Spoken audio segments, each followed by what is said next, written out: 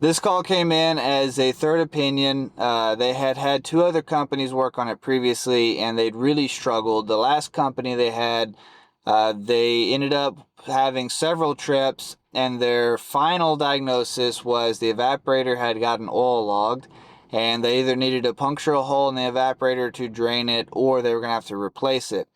One of the things they had done prior to recommending the evaporator was they changed the TXV. At this point, the owner had decided that they were going to go ahead and change the units, and they were getting quoting for that. But when our salesman got there, though, and he got to looking at it, it seemed like we really ought to just give him one more look from our end. And we're a fairly technical team, so they took us up on that offer, and we went on site. I got there with the technician and got to looking into it. So the way this is set up is it's two data air units. They share the same return. They do have the ability to cycle at the same time, but the way that they're built and their tonnage, they're not supposed to. And they're serving a data center. The complaint, where it all started, was Unit 1 would not be able to keep up. It would come on and it would run, and after probably 20-30 minutes, the temperature would rise enough in the data center that they would have to kick on the second unit. It'd cool the room back down, and then it would turn the second unit back off on a lead lag type of staging. Prior to us getting there, they had essentially just decommissioned the unit, and it was just turned off, and they weren't running it unless they absolutely needed to. They had remote condensers up on the roof, so these aren't water source or anything. You're dealing with remote condenser, compressors down inside the air handler cabinet with the evaporator, blowers right there, so forth. Immediately upon opening everything up, though, it was pretty obvious that this system had been fairly roughly treated. You know, the wiring, you can see how the power wire coming in from the disconnect had blue wire nut splices, which is not okay. We can address that later. We were there to try to help them get past this. And so initially in my mind, I'm thinking, all right, so we have a data center unit and they're claiming the evaporator's oil logged, which is very possible. It's a very real thing. And usually you have a hot gas bypass that is running that you can balance in. Typically they have like an AXV, and you'll also have your TXV. And so the AXV will come off the discharge line and tap in after the distributor, or at the distributor after the TXV. But this system wasn't set up for that at all. And it honestly, it's got enough heat load off of that server rack. It definitely doesn't need it. We're able to maintain input heat just fine with that. And I think they're only running like a 70 degrees set point inside the room. This is a 2-circuit system, so each one of these has 2 circuits individually. You can see where circuit 1 was the lower TXV, and that's where they put the new one in, and you could see they cooked it. You could immediately, it was obvious, they overheated that valve way too much. A recommendation that I have is if you're going to change a TXV, don't put it in with the body fully assembled if you can. I know some of them, like Danfoss's one, you can't break those down the same way you can a lot of Sporlans, and that's one reason why I heavily prefer Sporlan, is because you can do a complete disassembly and you can break that body down to just the brass shell with the copper connections on it. So that's really what I recommend, is break that body down, sweat the body in if you're going to do an entire body change, and then reassemble it accordingly. Regardless, that's not what they did. They tried to put it in all together, and that's obvious by looking at it and how burned it was, and the power head had been burned as well. So it's not uncommon for you to damage the power head to the point of it being non-functional. So when we first hooked up, you saw the readings. We hooked up to circuit 1 only initially, and yeah, we were down. Saturation was super low, superheat was ridiculously high, and we just didn't have a lot of head pressure building because we had very little load being generated or being pulled through the evaporator, and we were stacking very heavily on our subcooling. Once I recognized this system didn't have a hot gas bypass, it was strictly TXV, it actually simplifies things a lot because you have to balance those things. So typically you would have to calibrate your TXV first, and then you dial in your hot gas bypass after that to get the two to work together to properly maintain flow through that evaporator. And if the evaporator had been truly just completely oil logged, then the solution would be you need to increase the velocity through it, which could be a head pressure issue, or it could be the TXV feeding issue. In this particular case, the valve was severely underfeeding. So at that point, we have them cycle back over to the other unit. We get back inside, and we pull the cap off the bottom of the TXV, and immediately it starts just spewing out that stem. Well, this is a brand new valve. It's literally, from what I understand, maybe a month old, if that. I mean, it's not old, and that valve shouldn't be leaking at that stem. That's a sign that, again, the seals in there got overheated. So anyway, the first thing I did was I fully backseated, which increases superheat in the adjustment. You're relieving spring pressure, which means the bulb can apply more pressure to the stem and open the valve up better. I got 14 quarter turns out, which is like 3.5 full revolutions, and then I had 39 turns all the way back in from bottomed out back seat to front seat inside of that valve, which, going back in, increases spring pressure, which keeps the valve closed, and it will increase your superheat setting. My very next step is, okay, you know what, I am running way too much superheat, so what I'm going to do is I'm going to go ahead, I'm going to run that valve all the way back out and bottom it out and see how it functions. So that's what I did first. I set it out, ran it in, came back out. Now, one of the benefits of doing something like that is by increasing that spring pressure and adjusting things in there, you're actually helping try to force some of that loose. And sometimes when the valve gets overheated, it can get soot and debris and other things inside of there, which can cause it to stick and bind up. So by actuating it, you're actually helping break some of that free. And that's exactly what happened here. So once I did that, and I had the valve fully backseated, we began to actuate properly. And so when the circuit came on the next time, we ended up settling out at around 26 degrees of saturation, 407C system. But we had about 26 degrees of saturation, and we were floating around 45 to 50 degrees of superheat once everything was done. Now, keep in mind that before we made the valve adjustment, and it was running like it was the first time, that compressor started to cycle on low pressure. At this stage, we had stopped that cycling, and it was able to consistently maintain. It also was immediately staging both compressors within just a couple of minutes of each other. So I didn't dive into any of that stuff, and that's not why they wanted us there. They wanted us there to try to see if we could get the unit to a stable state, which was our ultimate goal, not to do a complete deep dive overhaul of every little thing. So I thought that was interesting. So my next step was I wanted to see what circuit 2 was looking like while circuit 1 was running. So we had them cycle back over to the other unit, and we went in and took the high side probes off of circuit 1 and put them on circuit 2 to compare the two. And that's where you see that all the readings on the screen on the left hand side now, the high side readings are actually circuit 2's low side readings. So we'd do some math there manually. Now, something I have to be careful with is this is all still set to 407C. So all the readings that you see, you have to calculate in a different saturation temperature, because that condenser is reading the bubble point, and so the 30-something degrees of saturation it's claiming is not correct. It's actually up in the upper 40s, pushing 50 degrees of saturation. So we actually had a really nice superheat value. Now, it was maintaining, I think, 18 to 20 degrees. I did decide to adjust the valve out by 1 revolution because I wanted to see if I could get it just a little bit closer to that 10 to 15. We ended up settling out perfectly at 12 with 1 revolution of change, and that was 1 revolution out on the valve.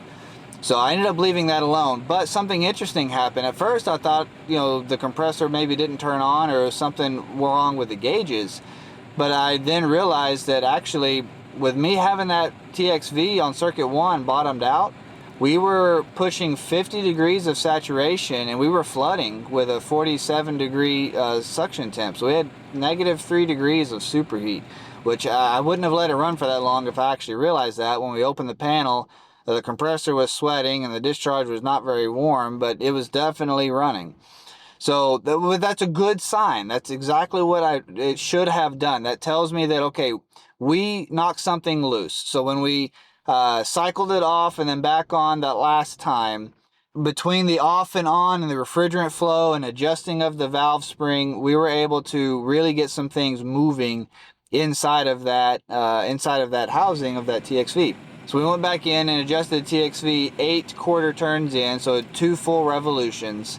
and that was too much. So that ended up putting us where we were running down into the teens, or actually no, it was pulling down to almost like 0 psi. It was not letting enough refrigerant through.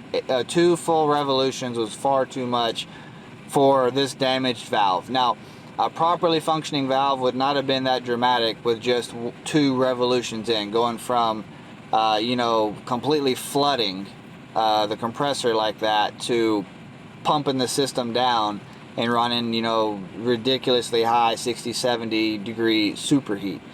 So shut it back down and made 1 revolution back out, 4 quarter turns is what it was. And that's where we settled out.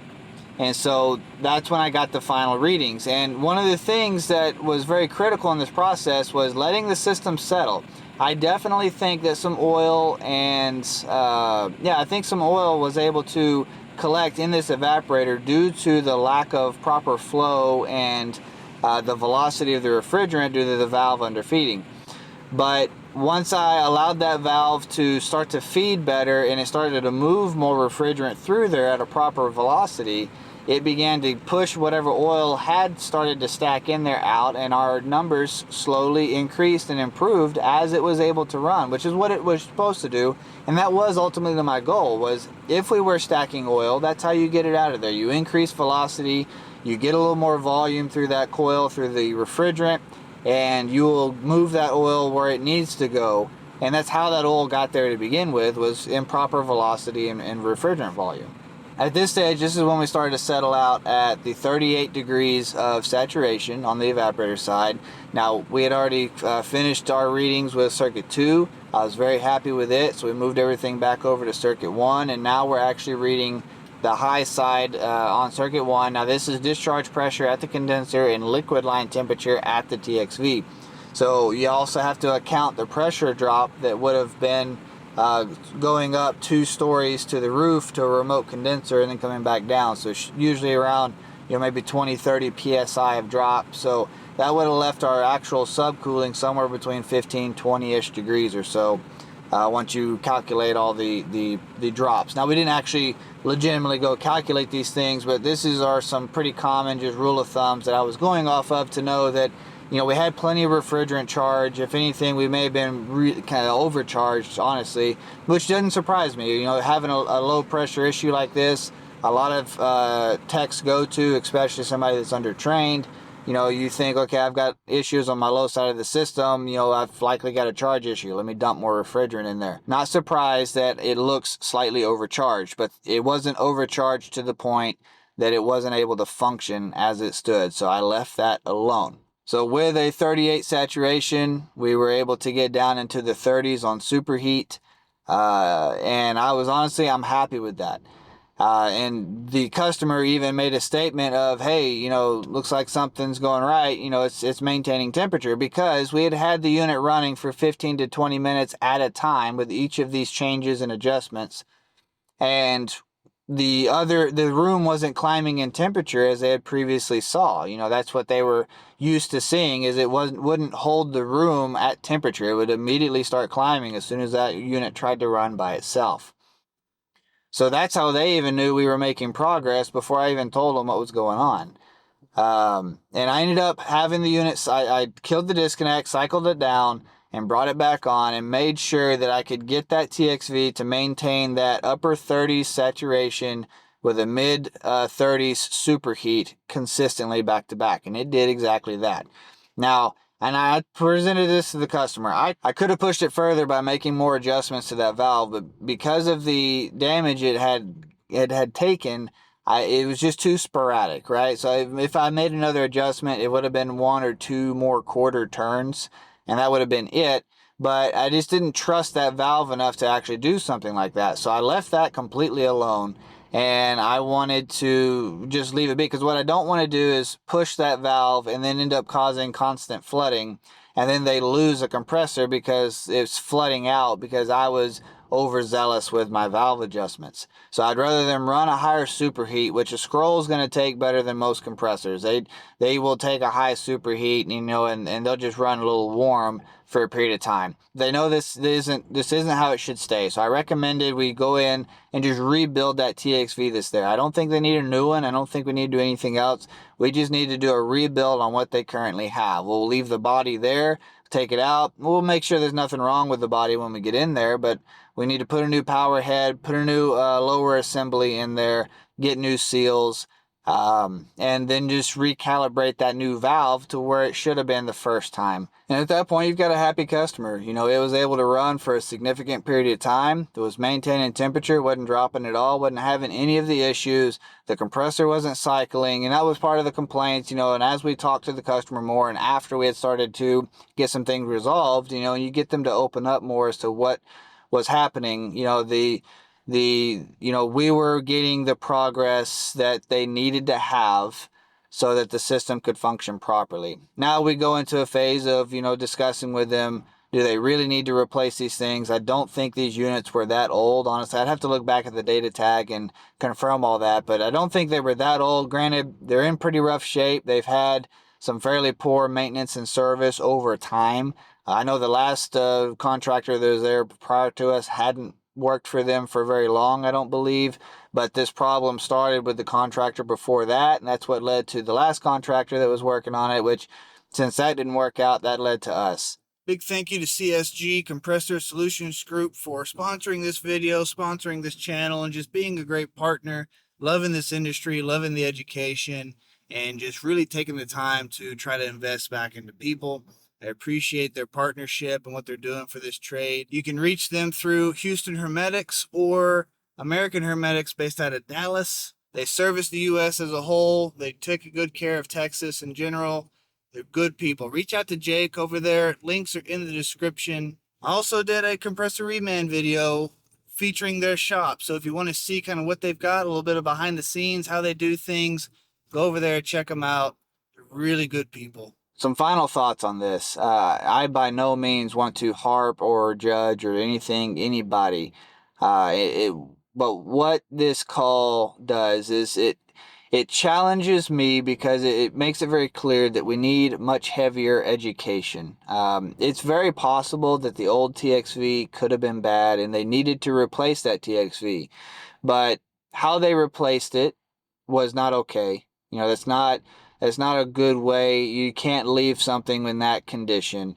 And they didn't calibrate that valve. That valve was at a mid seat. So you remember I said it was at a 14 and I went to 39. At 14 was essentially a factory default mid seat that it came with. And I don't think that they attempted to adjust that. And honestly, a lot of young guys don't know that you can do that, or they're not confident in how you do it. And honestly, I wouldn't be surprised if there's some kind of information out there that said you shouldn't adjust a TXV at all like that. That wouldn't surprise me. It's completely false. So I think we need much better education. And young guys, you know, for you that are out there, please really try to build and grow and develop some resources and people you can reach out to and talk to about these situations. You know, even company to company, you know, we run into stuff sometimes we really struggle with, and we have other people and we have friends in the industry that are with other companies, and honestly competitors at that we can reach out to and talk to and have an open conversation and not have to be so cutthroat with each other all the time. You know, we're all going to have some stuff every now and then that just kicks our butt. And so are they. The guy that's helping you today will probably need your help tomorrow. So I really encourage you to just utilize that and try to develop that somewhere. If you're having an oil log issue, you don't need to replace the evaporator. You need to find out why you're having a velocity issue. One of the most common ways you can fix it is by just increasing your head pressure and getting more head pressure, velocity, and volume forced through the metering device that way. That will help your system. The other side of that is if you know you've got a metering device that isn't feeding properly and can't feed properly, it may need to be calibrated. TXVs require calibration. And just because you have to calibrate a TXV doesn't mean it's going bad, but you know, those springs and those diaphragms do wear down over time, and Sometimes they just need to be tweaked a little, but that valve could still have lots of life in it just because you tweak it. Honestly, it could be something where somebody else at some point was trying to troubleshoot and they adjusted it mistakenly and they didn't adjust it properly, and they ended up making everything work. And so it was never that the valve was bad to begin with as to why you had to adjust it. It was a mistake and a learning opportunity somebody else had at some point prior to you getting there. I will see you down the road on the next one in the future at some point later on. MTT.